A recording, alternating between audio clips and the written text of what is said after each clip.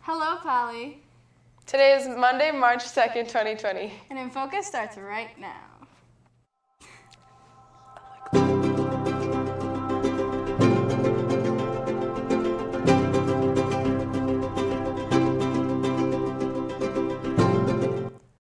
A Polly Publications photo contest. An update on the coronavirus. And a special look into Polly's wrestling team. All that and more is coming up on today's show. Welcome to InFocus. I'm Bella Koutsianis. And I'm Yasmin Fredrikowicz. There's a lot going on around campus. Here are some important announcements from today's campus bulletin.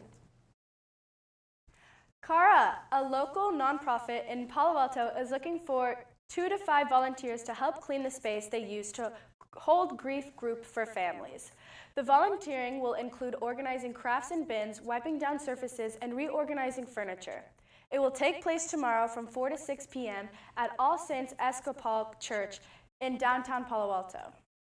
Career Month is still in full swing. Tomorrow in the MAC, NFL replay official Terry Valenti will be speaking in the MAC, and Stanford political science professor Colin Kahl will be in the PAC. Via Verde, a Pali student publication, is hosting a photo contest. The photo should be from the past 6 months, and the photographer must submit the photo. To submit a photo, follow Via Verde Mag on Instagram. Post on a public Instagram account with either hashtag ViaVerdeCat1 or hashtag ViaVerdeCat2 in the caption or DM Via Verde Mag. The winners will get a small prize, and their photos will be featured on the Via Verde website and social media. For more information, visit @ViaVerdeMag on Instagram.com. Last week, Poly students pulled out their phones to film some of the great performances at Skull Globe, a lunchtime music festival organized by ASB. Performers included Oscar Band, Tribute Band, who held a sandwich eating contest and premiered their new song, Sandwich in a Bottle. Poly's Recorder Club performed a cover of the Mission Impossible theme. And Pally's bachelor, Teddy Butler, was called back on stage for an encore of his song, Teddy Butler Wants a Girl. We'll get you that girl, Teddy. Now, moving on to Valley News, there are some interesting historical facts from a while back. That's right. Our resident historian, Ian Lawler Hills, has more on a species that was arguably the rarest of them all, and its relationship to this day in history. Ian, what do you have for us today?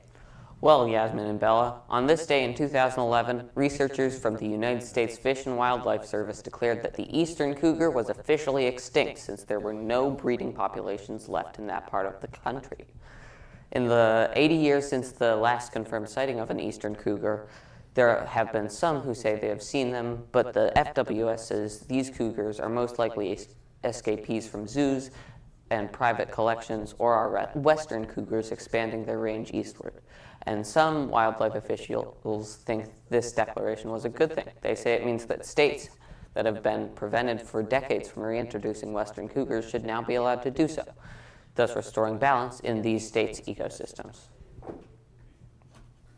Well, thanks for that cool fact, Ian. Now, moving on from today's history, let's take a look at what's happening around the world in today's News Minute. Pete Buttigieg is suspending his campaign for president. The former South Bend mayor and first openly gay presidential candidate won the Iowa caucuses and placed second in the New Hampshire, but did not do as well in the more diverse Nevada and South Carolina.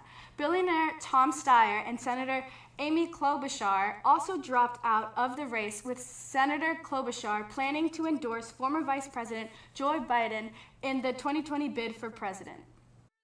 A second person in the U.S. is now dead from coronavirus, and the numbers of confirmed cases in the U.S. now sits at 85.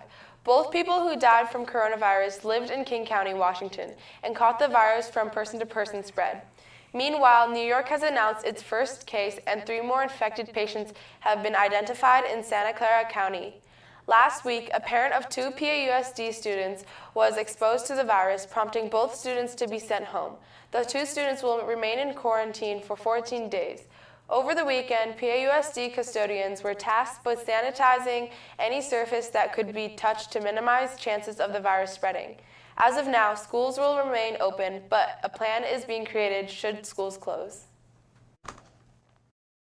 A new ban on plastic bags is going into effect in New York starting Sunday. Businesses across the state are not allowed to use single-use plastic bags. Most stores and businesses will impose a 5-cent fee on shoppers for paper bags. The law signed by Governor Andrew Cuomo last March aims to help protect wildlife and the environment in the state where over 23 billion plastic bags are used each year. There are a lot of competitions taking place around the world. Pali athletes are always competing, and one of the more unique teams at Pali is the wrestling team because it is co-ed. Jason Goldie has more. Sorry. One of the growing sports in America is freestyle wrestling, a sport that is contested at the college and high school levels. Wrestling is a very unique sport at Pali because the girls and boys practice and compete in dual meets against each other. Sometimes they compete in boys-only and girls-only events. Sometimes girls will wrestle boys if they opt to, and we'll give them the choice, but boys are not technically allowed to enter into girl competitions. My first loss ever, actually, in 6th grade, I had to wrestle a girl, and I didn't know what I was doing, and she did, and she kind of whooped me. Regardless of gender, wrestling builds character, sportsmanship, and integrity. There's a famous quote from a wrestler named Dan Gable, and he said, "Once you've wrestled, everything else in life is easy," and I'm a big believer in that. Although the NCAA does not recognize wrestling as a women's sport, they plan to change it soon. Right now they have NWCA, and that's freestyle wrestling, and I think it's good that girls go straight to freestyle wrestling because our highest level of competition is freestyle. This year, Pali's boys are ranked 4th in the CCS, and their girls are ranked 15th. For InFocus, I'm Jason Goldie. Thanks for that story, Jason. I wonder what the other Pali athletes are up to. Well, luckily for us, Jackson Drucker is in the studio now with the latest in Pali sports news. What happened in the world of Pali sports over the weekend, Jason? Well, thanks, Belle and Yasmin. There weren't many games this weekend, but Pali had one ginormous win. Cade Creighton's record at States was 3-2, placing in the top 16 for his weight class. Dara Haydarpour had a record of 2-2, making top 16. Adar Schwarzbeck made top 12 for his weight class and had a record of 3-2. Then Alexandra Lee went 0-2, not placing. The boys basketball team won the CCS finals against Sequoia 47-36, but the girls basketball team lost in the CCS finals to Menlo Atherton in a very close game, 34-32. Varsity baseball played Sacred Heart Prep on Saturday and won 7-5, but JV baseball wasn't as lucky and lost to Sacred Heart 6-1. Boys varsity volleyball put up a fight against Fremont but lost 2-1, and tomorrow the Pali swim team has an away meet at Los Gatos starting at 4 p.m. Pali girls and boys basketball made it to NorCal State Finals. Girls basketball will be playing San Marin tomorrow at 6, and boys will be playing Wood High School at 8. Both games are in the big gym, so make sure to come out and support the two teams. That's all from me. Back to you.